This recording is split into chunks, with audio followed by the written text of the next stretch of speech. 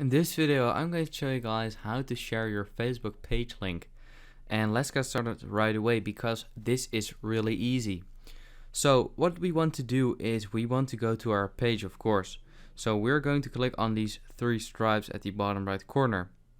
And at the top, our own profile and our Facebook page will be shown right there. So we want to click on our Facebook page, of course.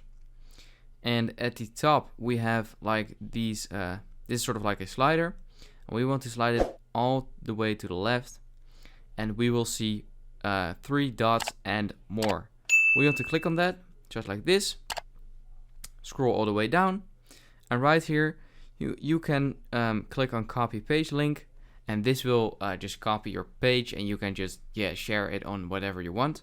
But you can also click on share page, and if you do this, you can share it on Facebook, just like this. But most of you guys probably clicked on this video because you wanted to copy the link. And yeah, that's basically it.